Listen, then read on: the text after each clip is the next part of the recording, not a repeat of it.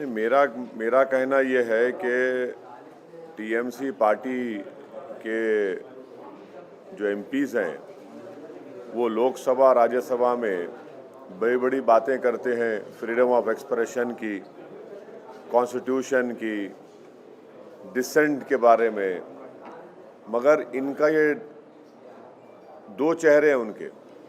एक दिल्ली में एक बात करते हैं और बंगाल में उसके ऑपोजिट काम करते हैं लोग। अगर मैं पब्लिक मीटिंग करना चाह रहा हूं तो आप क्यों इजाज़त नहीं देते मेरे को? और हम इलेक्शन कमीशन ऑफ इंडिया से भी ये बताएंगे कि जहां पर हमारी पब्लिक मीटिंग होने वाली थी वहां का जो पुलिस के जितने ऑफिशियल्स हैं उनको election commission code of conduct आने के बाद उनका इमीडिएटली ट्रांसफ़र करना, इसलिए कि वो अगर रहेंगे ड्यूटी पे। अभी हमारे को इलेक्शन का कोड ऑफ कंडक्ट नहीं आया, उससे पहले हमको पब्लिक मीटिंग का परमिशन नहीं दे रहे आप, तो कैसे इलेक्शन फ्री एंड फेयर होगा? और नरेंद्र मोदी की सभा हो सकती है, अमित शाह की सभा हो सकती है, नड्डा की सभा हो सकती है, कांग्रेस की हो सकती है, सीपीएम की हो सकती है, दूसरे फॉरवर्ड ब्लॉक के पार्टीज की हो सकती है, टीएमसी हम क्यों नहीं कर सकते? भाई हम पब्लिक मीटिंग करेंगे, ठीक है, पब्लिक नहीं आएगी, मगर मेरा राइट तो है ना। तो इससे साफ जाहिर हो गया कि ये जो सेकुलर लिबरल किस्म के जो लोग हैं जो टीएमसी के ताल्लुक से दिल्ली में इन एमपीज की स्पीच सुनकर बड़ा थालियां मारते हैं, उनको सोचना पड़ेगा। भाई लोकसभा में तो आप बड़ा, राज्यसभा में बड़ा बोलते हैं dissent, freedom of expression, Tagore को कोट करते आप, और आपकी सरकार तो वेस्ट बंगाल में हमको एक पब्लिक मीटिंग का परमिशन नहीं थी। पूरा एप्लीकेशंस इन ऑर्डर थे, आप नहीं देते। तो इससे साफ जाहिर हो रहा कि इनका ये डबल स्पीक है, ये इनकी हिपोक्रेसी है। यकीनन हम टीएमसी, बीजेपी, सीपीएम, कांग्रेस सबके खिलाफ बोलेंगे हम। और ये पार्टीज ये नहीं समझ रही है कि मुस्लिम माइनॉरिटी में, ख़ास तौर से यूथ में एक चर्निंग है, एक डिज़ायर है कि हमारा पॉलिटिकल रेलेवेंस हो, हमारी एक पॉलिटिकल लीडरशिप बने, जो हमारे डेमोक्रेसी के लिए बहुत अच्छा है। हमारी डेमोक्रेसी मजबूत होगी अगर यूथ आकर डेमोक्रेसी में पार्टिसिपेट करेगा, तो उसके लिए बहुत अच्छा होगा। ये अनफॉर्चुनेट है कि टीएमसी गवर्नमेंट हमारे को परमिशन नहीं दे रही है, बड़ा अनफॉर्चुनेट है ये। इलेक्शन हम जीतेंगे, हारेंगे, आप जीतेंगे तो लगा हुआ है, मगर हमारा व्यू पॉइंट रखने के आप हमारे को नहीं दे रहे इजाज़त। ये कौन सी डेमोक्रेसी की फिर बात कर रहे हैं आप? हमको तो मौका मिलना चाहिए ना हमारी बात रखने का। मैं गुजरात में जाकर Narendra Modi, prime minister, Amit Shah, BJP आर के खिलाफ बोल सकता हूं, तो बंगाल में नहीं जा सकता मैं? नहीं, सवाल देखिए, वो सवाल वो नहीं है, एक लार्जर क्वेश्चन रेस कर रहा हूं मैं। लार्जर क्वेश्चन ये है कि डेमोक्रेसी में मुझे अपनी बात रखने का पूरा इख्तियार हासिल है, संविधान मेरे को दिया है। आप कैसा रोकेंगे उसको? किस बात पे रोकेंगे मेरे को आप? हमारा हर एप्लीकेशन, हर चीज उनको हम लिख कर दिए, पूरा इन ऑर्डर है, आप देते नहीं परमिशन। फिर टीएमसी क्यों रोती दिल्ली को आकर? फिर टीएमसी को रोने की क्या जरूरत है? फिर हमारे को मौका दीजिए, हम हमारे को परमिशन दीजिए। और वो पुलिस ऑफिसर्स अगर रहेंगे इलेक्शन कैंपेन के दौरान में, तो वो तो फ्री एंड फेयर नहीं रहेंगे। सर, आपका जो गठबंधन की बातचीत चल रही थी, उसमें तमाम तरह के हर्डल्स आ गए। क्या आपको लगता है कि आपके जो अपोनेंट हैं उनकी साजिश है? देखिए, अब्बास सिद्दीकी साहब, जिनकी मैं बड़ी इज्जत करता हूं और करता रहूंगा, वो हैदराबाद को आए थे, अपने भाई नौशाद के साथ मेरे से मुलाकात किए। पीरज़ादा अब्बास सिद्दीकी साहब पीरज़ादा हैं एक बड़ी दरसगाह के फुरफुर शरीफ के। फिर मैं जाकर फुरफुर शरीफ में वहाँ पर पीरज़ादा अब्बास सिद्दीकी साहब से, उनके भाई नौशाद साहब से मिला हूँ। वो बड़ी मोहब्बत से मुझसे पेश आए। मेरा जो बातचीत हुई वो अब्बास सिद्दीकी साहब के साथ हुई है। अब अब्बास सिद्दीकी साहब के भाई जो पार्टी के चेयरमैन हैं, उनकी पार्टी क्या फ़ैसला लेगी ये मैं उसके बारे में नहीं बोल सकता हूँ, मगर मेरी इज़्ज़त जो अब्बास सिद्दीकी साहब के साथ है वो बराबर रहेगी। और उन्होंने कल एक स्टेटमेंट भी दिया है कि उनकी जो रिलीजियस जो ऑर्गेनाइजेशन है वो MIM पार्टी का सपोर्ट करेगी। सर क्या उसमें क्लैरिटी चाहिए सर, कंफ्यूजन है। एक तरफ आप बोल रहे हैं आपकी बात अब्बास सिद्दीकी के साथ चल रही है, दूसरी तरफ नौशाद साहब उनकी पार्टी अलग है, तो एक क्लैरिटी चाहिए कि क्या अब्बास सिद्दीकी साहब ने आपको प्रॉमिस किया है कि जो आप लड़ेंगे आपके साथ आपको सीट देंगे, कल उनका दोनों का टाई अप होगा? नहीं, कल का जो उनका स्टेटमेंट है जो पब्लिकली अवेलेबल है, जिसमें पीरज़ादा अब्बास सिद्दीकी साहब ये बोले हैं कि MIM पार्टी का वो सपोर्ट करेंगे, वो उनके लोगों को भी बोलेंगे, वो ऑन रिकॉर्ड उस बात को कहे हैं। अब आगे क्या होता था ठहरिए, देखिए क्या होता है, देखते हैं। तो आपको क्या डर है कि जो CPM कांग्रेस इनके साथ बातचीत उनकी चल रही है तो कहीं एक बात सुनिए, कहाँ है वोट कांग्रेस का CPM का? अगर कांग्रेस का CPM का वोट होता तो बीजेपी 18 पार्लियामेंट सीट जीत पाती। CPM कांग्रेस का वोट कहाँ है? ये तो पूरा भाग गया है बीजेपी में। और अगर ये अच्छे होते तो बीजेपी जीतती थी वहां पर। तो जहां पर TMC रिस्पॉन्सिबल है बीजेपी के विरोध के लिए, वहीं पर कांग्रेस CPM भी रिस्पॉन्सिबल है। और कांग्रेस पार्टी का तो माशाल्लाह आप देख लिए गुजरात में क्या हुआ, कुछ नहीं रहा। सियासत की जमीन तो साफ हो गई तो इसलिए पानी में कूद जा रहे हैं। नहीं, मैं किसी का नाम नहीं ले रहा हूँ भाई। सियासत की जमीन जब साफ हो जाती है तो जमीन मिल नहीं रही आपको, तो आप पानी में कूद जा रहे हैं। कूदिए पानी में, डूबेंगे वहां भी, यहाँ भी डूब गए जमीन पे, पानी में भी डूबेंगे आप। वो ठीक है, वो क्या क्या करते कर लीजिए, उनका जाती फेल है। मगर कांग्रेस का कहाँ है? कांग्रेस का वोट कहाँ है भाई? अहमदाबाद जैसी सरजमीन पर सिर्फ 20 दिन के कैंपेन में हम लोग 7 सीट जीतते हैं, और जो 15 सीट हारे वहां पर सब्सटेंशियल नंबर ऑफ वोट्स हम लोग लिए। वो तमाम के तमाम लोग बोलते कांग्रेस का बड़ा गढ़ है। हम बोले ठीक है, हम गढ़ में जाके हम लड़ते, हर एक के गढ़ में जाते हैं। हम दंगल में गए, जीते वहाँ पर। और मैं शुक्रगुजार हूँ अहमदाबाद के तमाम वोटर्स का, वहाँ के हमारे साबिर साहब का, पार्टी के प्रेसिडेंट का, भट्टी साहब का, उनकी पूरी टीम का, साबिर साहब के, और हम लोग जीते वहाँ पर। तो कांग्रेस का वोट कहाँ है? किधर है? कौन सी दुनिया में है? कहाँ है कांग्रेस का वोटर? CPM लेफ्ट फ्रंट कहाँ है? किधर है? अब खाली CPM का रेलेवेंट है, वो केरला में है, वो मानते उस बात को, और हो सकता है कि वहाँ पर टफ मुकाबला देंगे वो। मगर दूसरी जगह कहाँ है CPM है? कोशिश कर रहे हैं ना सर, CPM कांग्रेस अब्बास सिद्दीकी के साथ बात कर रहे हैं। अब वो देखिए, अब मैं अब्बास सिद्दीकी साहब की इज्जत करता हूं और करता रहूंगा। उनका स्टेटमेंट भी कल का अवेलेबल है।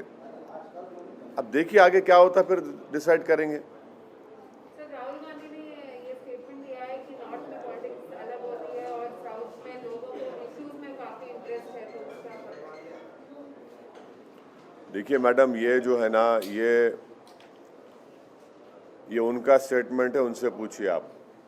उनके पार्टी वाले भी तो यही कह रहे हैं कि ये इसका एक्सप्लेनेशन हम नहीं दे सकते, सिर्फ राहुल गांधी को ही दे। हाँ, तो असदुद्दीन ओवैसी कैसे देंगे? जब उनकी पार्टी नहीं समझ सक रही, उनको मैं कैसे समझूंगा उनको? भाई उनकी पार्टी में रहने वाले उसका एक्सप्लेनेशन नहीं दे रहे तो क्या ओवैसी देगा? कहाँ का देगा वो? इसीलिए देखिए, कांग्रेस पार्टी का बुरा हाल है। कांग्रेस पार्टी कंफ्यूजन के स्टेट में नहीं है, बल्कि कोमोटा स्टेज में आ चुकी है अभी। तो ना फिर आप अमित शाह को क्यों दे रहे परमिशन, फिर बीजेपी को क्यों दे रहे? हमको भी दो परमिशन।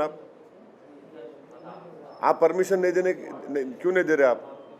मेरे को अपनी बात रखने का हक, इख्तियार हासिल है। सर, बीजेपी को भी आज सर ये इस पे कैसा आप रिएक्ट करेंगे? मतलब आपको ये नहीं, एक बात सुनिए, अगर मैं अपनी बात नहीं रख सकता हूँ डेमोक्रेसी में, मेरे को इख्तियार हासिल है, मैं अपोज करूंगा, सबको अपोज करूंगा। मैं TMC को करूंगा, BJP को करूंगा, CPM को करूंगा, कांग्रेस को करूंगा। I will definitely go, but the question that has been asked to me is about the not giving of permission to MIM party to hold a public meeting in Mitya Burj. मतलब sir यही reason बता sir, आप BJP को proxy काम कर रहे हैं, इसलिए आपको रैलीज नहीं, मतलब ये जब गोधरा हो रहा था, ममता बनर्जी कहाँ बैठे थे? जब गुजरात में फसाद हुआ, ममता बनर्जी कहाँ बैठे थे? 18 सीट लोकसभा बीजेपी जीती, मैं लड़ा भी नहीं, मैं जिम्मेदार हूँ। देखिए लार्जर क्वेश्चन क्या है कि आपको कैसा राइट है, आप रोक कैसा सकते हैं मेरे को? आप वहाँ पे 144 भी नहीं है, वहाँ पे कोई गड़बड़ नहीं है, वहाँ पे सब पार्टीज के रैलीज हो रहे, लेफ्ट की रैलीज हो रही, कांग्रेस के हो रहे, बीजेपी का हो रहा, टीएमसी का हो रहा, मेरा क्यों नहीं हो सकता भाई, मेरी पार्टी का? बीजेपी को आज परमिशन नहीं मिली है रैली करने की, और वो लोग कह रहे हैं कि वो कोर्ट जाएंगे। खैर वो बीजेपी की तरफ से बोलेंगे, मैं कैसे बोलूँगा? सर, गुजरात में जीतना आपके लिए कितना, पार्टी के लिए कितना इम्पोर्टेंट है, क्योंकि 15 दिन का कैंपेन किए, तो क्या वो स्थिति नजर आती है गुजरात में? अरे भाई, यहाँ म्यूनसिपल इलेक्शन हुआ तो होम मिनिस्टर आ गए, पूरे यूनियन मिनिस्टर आकर कैंपेन करे, मैं नहीं जा सकता हूँ क्या? जाना चाहिए ना। डेमोक्रेसी को मजबूत करना है, पार्टी को मजबूत करना है, और कम टाइम में ये बहुत अच्छा वर्डिक्ट है। यकीनन हमसे थोड़े बहुत अनइंटेंशनल गलतियां भी हुई, वहाँ पर ऑर्गेनाइजेशन नहीं था बिल्कुल। अब इस पे वर्क करेंगे। इसको हमारे जो कॉर्पोरेटर्स जीते, मैं उनसे मीटिंग किया, जो हारे उनसे मीटिंग किया, उनको बोला कि भाई आप जीत हार तो लगी हुई है, काम करिए, ऑर्गेनाइजेशन को मजबूत करिए, पब्लिक के इशूज़ को सॉल्व करिए, और आप डिफरेंस दिखाइए MIM के कॉर्पोरेटर्स में और कांग्रेस के कॉर्पोरेटर्स में, पॉजिटिव तरीके से डिफरेंस दिखाइए, और हम लोग आगे बढ़ते रहेंगे। हमारा वहाँ पे छोटू भाई वसावा के भारतीय ट्राइबल पार्टी से अलायंस है, वो कंटिन्यू रहेगा, उससे भी हमको बहुत फ़ायदा हुआ, और आगे जाएंगे। हम असेंबली के इलेक्शन तक जाएंगे, असेंबली इलेक्शन भी लड़ेंगे छोटू भाई वसावा की पार्टी के साथ, और आप देखेंगे कि ये और हम लोग स्ट्रेंथन होंगे वहाँ पर। 28 तारीख को भी इलेक्शन है, मोडासा में हमारे कैंडिडेट है, भरूच में है, गोधरा में है, और मुझे उम्मीद है कि इंशाल्लाह वहाँ की आवाम मजलिस इत्तेहादुल मुस्लिमीन की ना सिर्फ तायीद करेगी, बल्कि अपने दुआओं से वहाँ पे अपने वोट के ज़रिए से हमारे पार्टी को कामयाब भी करेंगे वहाँ पर। कांग्रेस का जो वोट बैंक था, तो आप समझते हैं कि वो जो है MIM लेने में कामयाब हुई गुजरात में? देखिए वहाँ पर एक बहुत बड़ा पॉलिटिकल वैक्यूम है, और मुझे यकीन है कि MIM और छोटू भाई वसावा साहब की BTV पार्टी की उनकी लीडरशिप में हम उस वैक्यूम को फिल करने की कोशिश करेंगे। ये एक बहुत बड़ा चैलेंज भी है, मगर हमारा प्राइमरी पॉलिटिकल ऑब्जेक्टिव भी है कि उस पॉलिटिकल वैक्यूम को हम फिल करेंगे और आगे बढ़ेंगे। राहुल गांधी ने पिछले दिनों एक स्टेटमेंट दिया था नॉर्थ साइड कि साउथ के लोग ज़्यादा पॉलिटिकली जो है एक्टिव है नॉर्थ का, इस स्टेटमेंट को आप कैसे देखते हैं सर? नहीं, अमेठी हार गए तो गम है, शायद उनको तकलीफ है, पेट में दर्द अभी भी है कि ख़ानदानी विरासत में जो चीज़ मिली वो उनके हाथ से निकल गई, तो शायद वो बेचारे दिल की बात ज़बान पे आ ही गई। अगर वो जीत जाते तो शायद ये बात नहीं करते। अब हमको आप बोलते कि हम डिवाइसिव हैं, हम लड़ाते भाषण के ज़रिए से, अब आप लोग तो पूरे खामोश बैठे हैं। ये जनियाधारों की कॉन्स्पिरेसी है कि उनमें से कोई बोले तो सब खामोश, और हम बोले तो आसमान सर पे उठा लेते आप। ये तो ठीक नहीं है साहब। जाएंगे मैडम, बंगाल बराबर जाएंगे, वहाँ पर लड़ेंगे, मुकाबला करेंगे। हमारी ऑलरेडी हमारी टीम वहाँ पर काम कर रही है और अच्छी तरीके से ग्राउंड पर काम कर रही है। और देखिए आगे हम बढ़ते हैं, कैंडिडेट्स की जो कॉन्स्टिट्यूंसीज भी आइडेंटिफाई करें, वो एक लिस्ट हम हमारे नौशाद साहब और पीरज़ादा अब्बास साहब को भी हमारे पार्टी के लोग दिए हैं, वो कॉन्स्टिट्यूंसीज की लिस्ट उनको दिए हैं। आगे देखिए क्या होता है।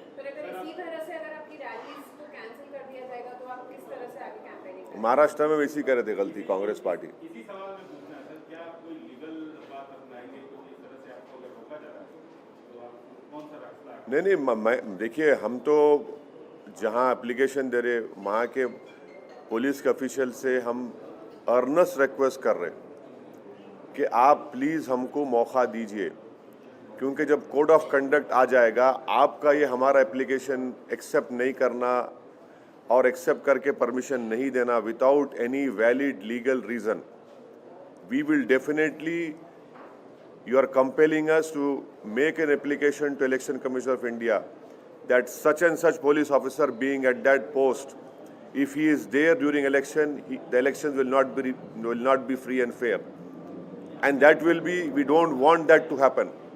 We want the local police administration to give us permission, because if you are not giving us permission, how can the election be free and fair? That is for the election commission to look into. कुछ वजह नहीं, खाली pillar to post फिराते हमारे को, वहाँ चले जाइए, आपका परमिशन हो गया, उधर जाइए। हम बोले भाई कागज तो दे दो हमारे को, अच्छा रिजेक्ट कर दो, आप नहीं दिए सो, वो भी नहीं करते। हम कल स्पीकर्स लगा रहे थे वेन्यू पर, आके पुलिस रुका दी, लेके चले गए।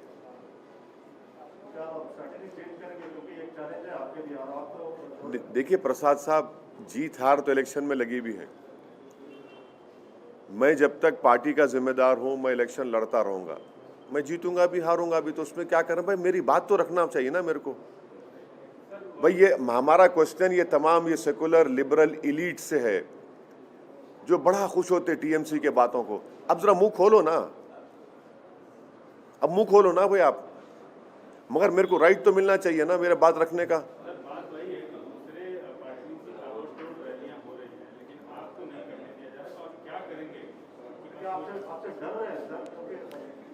अरे भाई डर रहे हैं या नहीं डर रहे हैं, सवाल वो नहीं है। सवाल ये है कि क्या ये डेमोक्रेसी के लिए अच्छा है?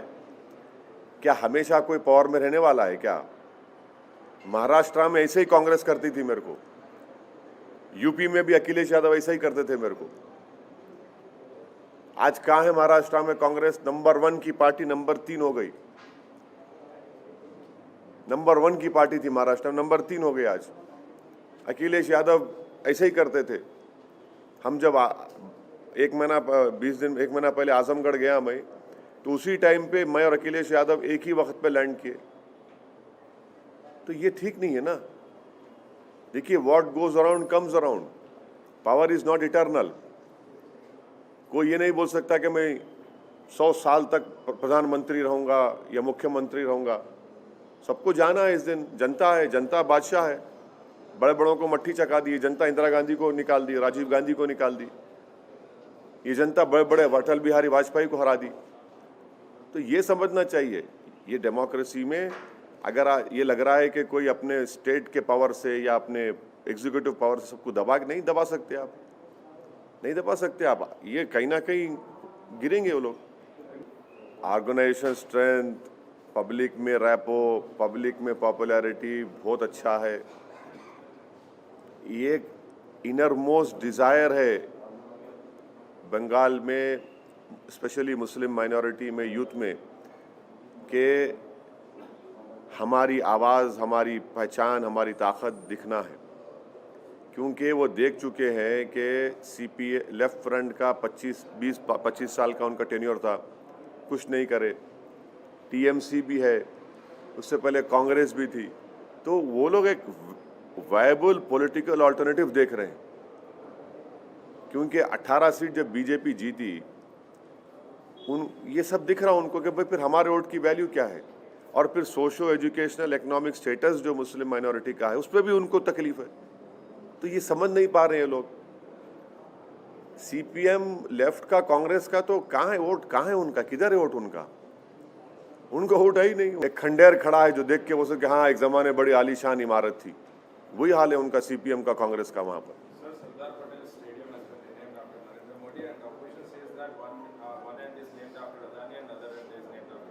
हाँ, so what, will Times now carry ads from Adani or Reliance or not? You tell me. No, you tell me how ethical it is. Your question. I am replying to you. I am not.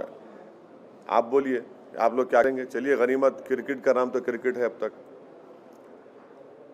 Gujarat के stadium का नाम नरेंद्र मोदी लगाया गया है। हाँ,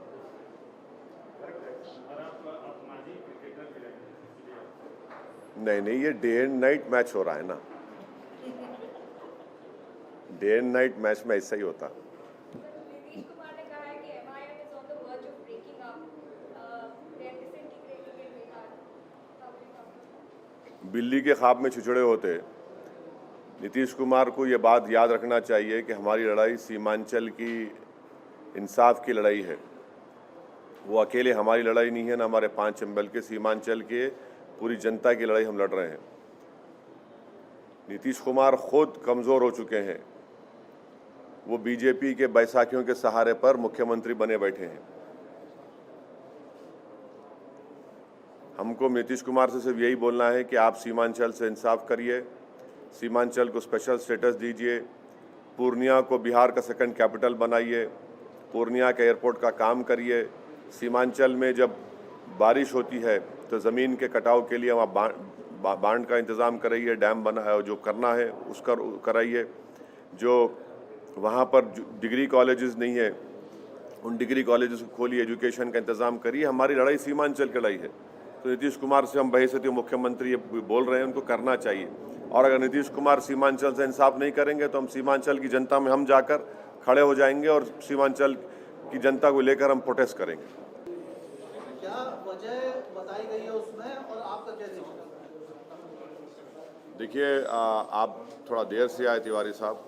मैं इस सवाल का जवाब दिया हूँ, वो ये है कि मैं मानता हूँ कि मेरे को परमिशन नहीं देना ये संविधान के लिए, डेमोक्रेसी के लिए बहुत अच्छी चीज़ नहीं है। और टीएमसी की सरकार जो एमआईएम पार्टी को पब्लिक मीटिंग नहीं करने का जो कोशिश कर रही है, हम सिर्फ उन सेकुलर लिबरल इलीट से ये पूछना चाह रहे हैं कि जो टीएमसी के एमपीज़ के भाषण पर दिल्ली में बड़े थालियां मारते हैं, अब थाली बजाइए। जो दिल्ली में टीएमसी के एमपीज़ लोकसभा में, राज्यसभा में बैठकर संविधान की, डिसेंट की, फ्रीडम ऑफ एक्सप्रेशन की, रविंद्रनाथ टैगोर को कोट करते हैं, आज उन्हीं की सरकार तो उल्टा काम करती है। मुझे अपनी बात रखने का इख्तियार क्यों नहीं है? जब अमित शाह, नरेंद्र मोदी प्रधानमंत्री, सीपीएम के, लेफ्ट फ्रंट के, कांग्रेस के सब लोग सभाएं कर, हम क्यों नहीं कर सकते? यकीनन हम बराबर टीएमसी के खिलाफ बोलेंगे, बीजेपी के खिलाफ सख्ती से बोलेंगे, कांग्रेस लेफ्ट के खिलाफ बोलेंगे। हमको बोलने का इख्तियार है। और वहाँ पर कोई 144 नहीं है, कोई लॉ एंड ऑर्डर का प्रॉब्लम नहीं है। हर चीज़ हम लोग राइटिंग में लिख कर दिए। हमको खाली भगा रहे, यहाँ से आओ, वहाँ से यहाँ भगा रहे आप। ये मजाक बना के रखे। और मैं बड़ा पूरी ह्यूमिलिटी के साथ उन पुलिस के ऑफिसरों से रिक्वेस्ट कर रहा हूँ कि ऐसा मत करिए। आप ऐसा करेंगे तो कल कोड ऑफ कंडक्ट आएगा तो हम लिख कर देंगे इलेक्शन कमीशन ऑफ इंडिया को कि अगर आप वहाँ पर रहेंगे तो इलेक्शन फ्री एंड फेयर नहीं होंगे। हमारे को बोलने का इख्तियार हासिल है, हमको बोलना चाहिए, हम बोलेंगे। गुजरात में जाकर हम बीजेपी के खिलाफ, आरएसएस के खिलाफ, नरेंद्र मोदी के खिलाफ, अमित शाह के खिलाफ हम बोल सकते हैं और हम वहाँ जीते हमारे कॉर्पोरेटर्स। वहाँ पे कांग्रेस के खिलाफ हम बोले, यहाँ पर क्यों नहीं दे रहे हमको परमिशन? कौन किससे मिला हुआ है आपको तय कर ले, जनता तय कर ले कौन किससे मिला हुआ है बंगाल में। सर, आपने कहा कि आप कांग्रेस के खिलाफ बोलेंगे, लेफ्ट पार्टी के खिलाफ बोलेंगे। आपके जो सहयोगी हैं, जिनके अगुवाई में, जिनके नेतृत्व में आप वहाँ पर बंगाल में चुनाव लड़ने वाले हैं, वो तो कांग्रेस और लेफ्ट के साथ। वो उनकी पार्टी क्या डिसाइड करती है वो उनसे पूछिए। मैं अब्बास सिद्दीकी साहब की बेहद इज्जत करता हूँ और करता रहूँगा। अब्बास सिद्दीकी साहब का मैं शुक्रगुजार हूँ कि वो हैदराबाद आए, मुझसे मुलाकात किए, मेरे को बहुत मोहब्बत से हमसे पेश आए। फिर हम फुरफुरे शरीफ गए, उस हज़रत अबू बकर सिद्दीक़ रहमतुल्लाह अलैह के आस्थाने पर गए। वहाँ पर अब्बास साहब और तमाम पीरज़ादे से हमारी मुलाकात हुई। मैं उनकी इज़्ज़त करता हूँ और करता रहूँगा। और अब्बास सिद्दीकी साहब ऑन रिकॉर्ड, उनका स्टेटमेंट है कल का कि जहाँ से एमआईएम पार्टी के कैंडिडेट जो कनेक्शन है वो उस तरह का नहीं रह गया है और वो जो है कहीं ना कहीं वो अलग अलग रास्ता अपना रहे हैं। आपको उन्होंने लूप में नहीं लिया हुआ है कि कांग्रेस और लेफ्ट के साथ जो बातचीत है उसमें। नहीं, देखिए, वो उनके भाई जनाब नौशाद, पीरज़ादा नौशाद साहब चेयरमैन हैं। इस सवाल का जवाब वो दे पाएंगे, मैं नहीं दे पाऊँगा। क्या आप उनके साथ अभी भी कोऑर्डिनेशन उस तरह से है जैसा पहले था या फिर स्थिति? नहीं, हमारी तरफ से तो उनको हम लिस्ट दिए। वो हमसे लिस्ट पूछे थे उनके भाई नौशाद, पीरज़ादा नौशाद साहब, कि कहाँ से आप कंटेस्ट करना चाहेंगे, तो हम तो लिस्ट दे चुके हैं उनको। अब उनकी पार्टी क्या डिसाइड करती है अलग बात है।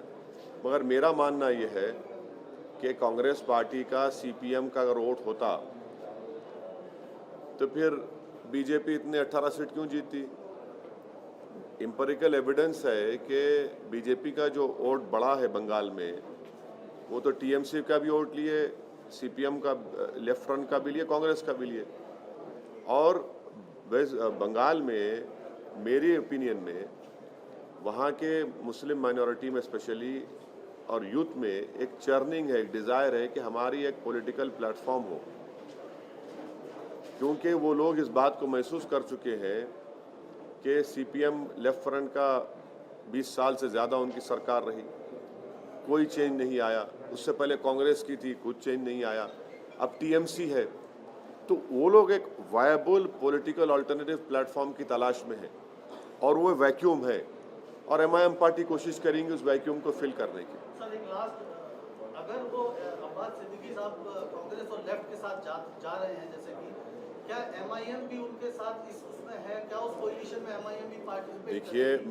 देखिए, अगर कोई पार्टी उस बात का फैसला करके बताती है, आप जब आकर मुझसे पूछिए। अब ये अगर और मगर के दरमियान में मैं कुछ जवाब नहीं दूंगा। ऑफिशियल कम्युनिकेशन हुआ है आपके साथ? कोई मेरे साथ कोई ऑफिशियल कम्युनिकेशन नहीं हुआ है। मैं ऑन रिकॉर्ड आपसे कह रहा हूँ कि जनाब पीरज़ादा नौशाद साहब को हमारी पार्टी की तरफ से वो असेंबली कॉन्स्टिट्यूंसीज़ की हम लिस्ट दे चुके हैं जहाँ पर हम इलेक्शन लड़ना चाहते हैं, वो लिस्ट उनके पास है। अब वो सब तफसील आपको नहीं, उतना काफ़ी है। सर जिन सीटों पे एमआईएम के कैंडिडेट आपने लिस्ट दी है, क्या उन सीटों पे इंडियन सेकुलर फ्रंट के उम्मीदवार नहीं होंगे? ये एश्योरेंस आपको मिला है अभी? अरे भाई साहब, आप तो ऐसा चाह रहे हैं कि पूरे कैमरा लगाकर आपको पूरी मीटिंग का बोल दूं। आपको जो बोलना था बोल दिया हमें, अब ठहरिए ना, थोड़ा टाइम दीजिए, क्या होता है देखते हैं। Sir, when permission is denied, why don't you sit in Calcutta and fight against it, and why don't you reapply for permission? No, our party cadre is working on the ground. They are trying their level best. Let us see. We'll definitely go. Not going is not the issue. The larger question is, why are you not giving permission? And why do you talk in these flowery terms when you come to Delhi about dissent, democracy, freedom of expression? When you don't allow, you allow Amit Shah to hold a public rally. You allow BJP to hold public rallies, Congress and left to hold rallies, but not to MIM. Why? This raises a big question mark about their approach. While there is an uncertainty over it. Madam, we have gone over there to what? To do politics, to serve the people. We'll continue to do that. Sir Madhya Pradesh में भी आप ऐसी खबरें आ रही कि मध्य प्रदेश में भी चुनाव की लड़ने की उसकी लोकल बॉडीज। हाँ, लड़ेंगे, क्यों नहीं लड़ेंगे? लड़ना चाहिए, लड़ेंगे भाई, क्यों नहीं लड़ेंगे? लड़ेंगे। हाँ, अब ये सब बातें मेरे से क्यों पूछ रहे हैं यार? सर एक लास्ट, आप शौकत जी के यहाँ पे जो शादी के कार्यक्रम में गए थे, हाँ। उसमें आपकी मुलाकात शिवपाल यादव से हुई। साथ में बैठ के खाना भी खाए, कुछ बताएंगे कि क्या साथ में बैठ के खाना भी खाए। शौकत की बेटी की शादी थी, खुशी का मौका था। उसमें आगे कुछ क्या किसी? हाँ जरूर, ये शिवपाल यादव ये खुशी के मौके आगे बढ़ते रहेंगे, उसमें क्या बात है? बुरी शिवपाल यादव के साथ मुलाकात करेंगे जाकर, बिल्कुल साथ रहेंगे, क्यों नहीं, क्या बात है उसमें? और आजम खान भी आपके साथ आए? भाई आजम खान साहब तो अभी वो परेशान है, अल्लाह उनकी परेशानियों को कम कर दे, अल्लाह उनकी तकालीफ से उनको छुटकारा दिला दे। वो अभी परेशान है, तो इस तरह का सवाल क्यों करते आप उनके बारे में?